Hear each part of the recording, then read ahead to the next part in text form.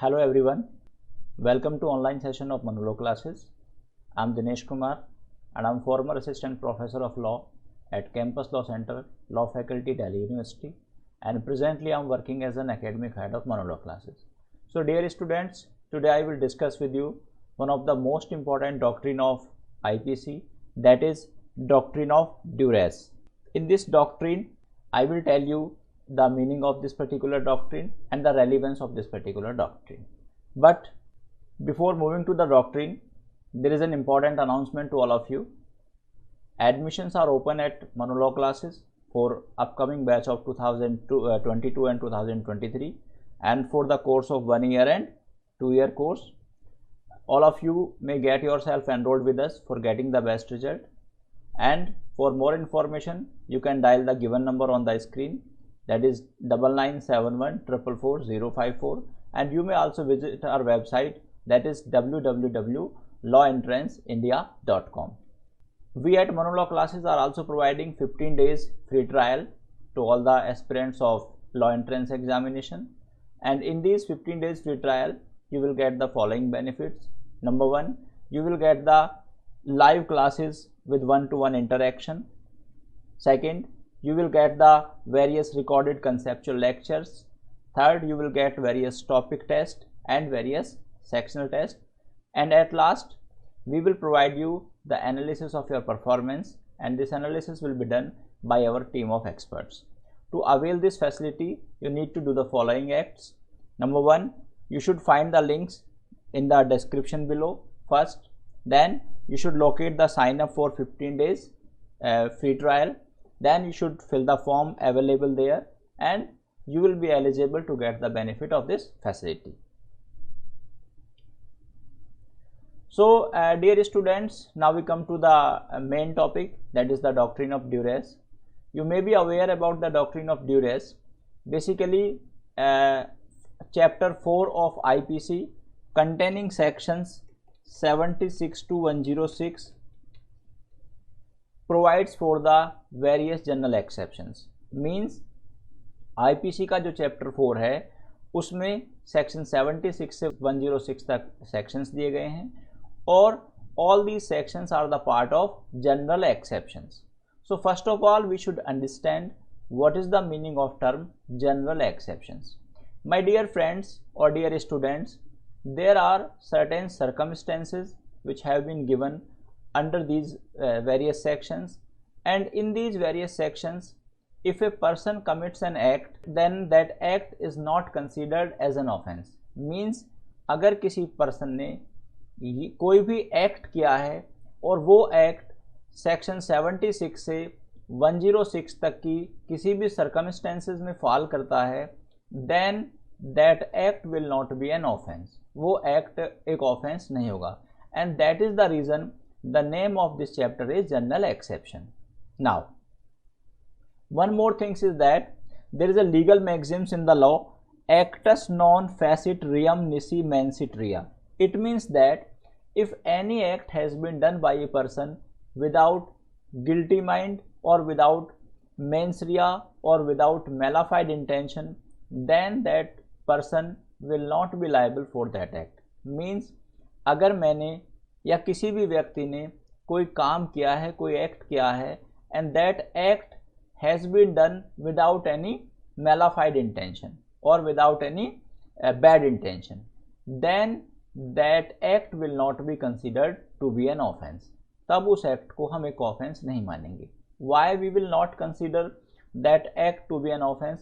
For the criminal liability of a person, act must be done with the mala-fide intention. Then only that person would be liable. Otherwise, that person would not be liable. Now we come to section 90 of IPC. Section 90 of IPC defines the term consent, and it provides the circumstances when a consent will be deemed to be free of a person. Means if the consent of a person has been obtained by the fear or misconception of fact, then it will not be a valid consent. Means suppose I was compelled by any other persons to do any act. अगर मुझको किसी काम को करने के लिए compel किया जाता है, and compel because of fear of injury, and because of any misconception of fact, and I give the consent for that act because of the fear of any injury and because of the fear of or because of any misconception of fact, then it will be deemed that my consent was not free.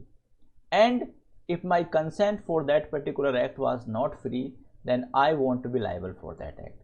Means अगर किसी व्यक्ति की consent किसी काम को करने के लिए किसी फियर ऑफ इंजरी से कॉज की जाती है या किसी मिसकंसेप्शन ऑफ फैक्ट पर बेस्ड होती है, तब हम ये मानते हैं that person has not given the consent और the consent of that person was not free. उस पर्सन की कंसेंट फ्री नहीं थी, तब वो व्यक्ति और वो पर्सन उस पर्टिकुलर एक्ट के लिए लायबल नहीं माना जाता। सो these two concepts were necessary for you to understand the basic meaning of the term doctrine of duress. So first of all, I told you that if the act has been done without mens rea or without bad intention, then it will not be a criminal offense. Second, if the consent of a person has been caused by fear or misconception of fact, then fear of injury or misconception of fact, then it will also not be an offense and the consent of that person will not be deemed to be free. उस person की consent को हम free नहीं मानेंगे, और अगर किसी person की कंसेंट फ्री नहीं है तो उस पर्सन की लायबिलिटी भी लॉ में नहीं होगी। Now section 94 of IPC provides for the doctrine of duress, and according to this section it provides that duress is a situation in which a person is compelled to do an act without his free consent. Means duress क्या है? Duress एक ऐसी situation होती है उसमें हम किसी person को कंपेल करते हैं ऐसा काम करने के लिए for which he is not legally bound to do, कि जिस काम को करने के लिए वो लीगली बाउंड नहीं है, उस पर्सन को हम ज़बरदस्ती डराकर कोई और फियर देकर उस व्यक्ति से उस काम को कराते हैं। तो ड्यूरेस क्या है? So when the act of a person is done by that person without his free consent and without mens rea on his part, but that is a criminal act, then that person will be entitled to take the benefit that he has performed that act or he has done that act under the doctrine of duress or under the fear of injury. Then that person would be eligible to take the benefit of doctrine of duress. It is one of the exception under chapter 4 of IPC. So according to section 94, there are two situations in which doctrine of duress does not apply, and the situation is that number one is except murder and offenses against state punishable with death. Means doctrine of duress does not apply in the case of murder and in the case or in the offenses against the state and punishable with death.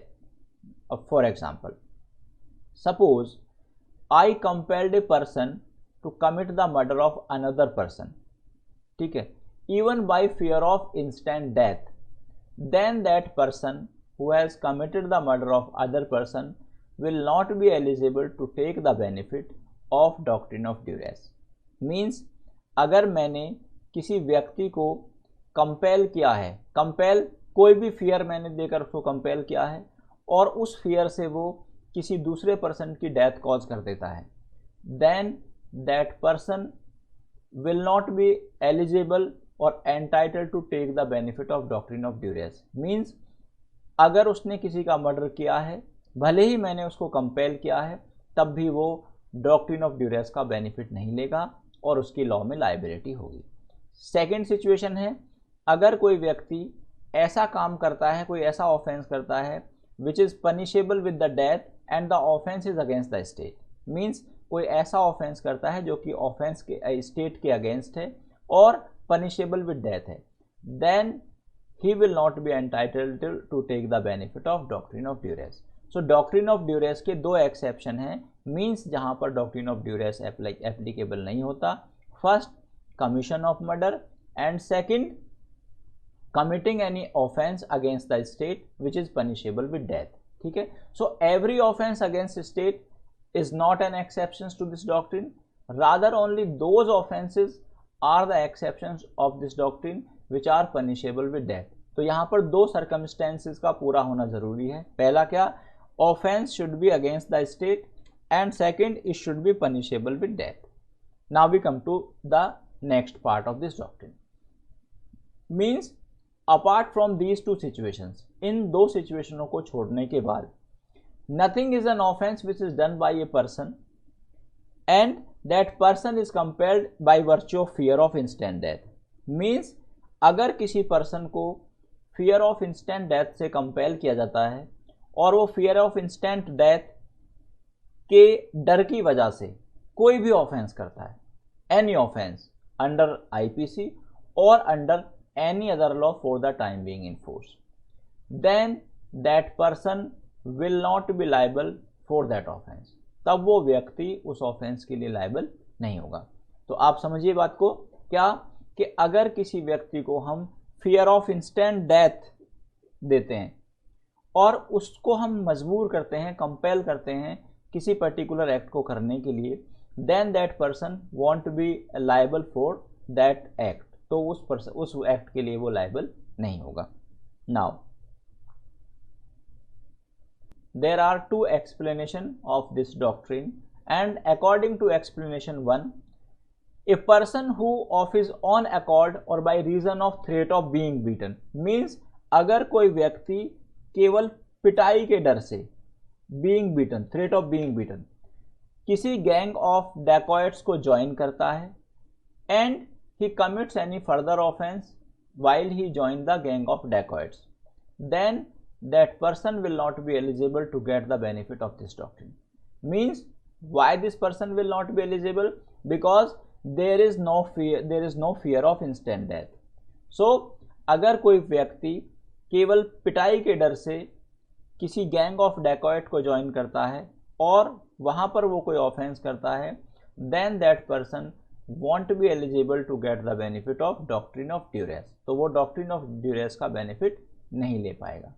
ठीक है. Now we come to second explanation. A person seized by a gang of dacoits and forced by the threat of instant death. देखिएगा, to do a thing which is an offence by law.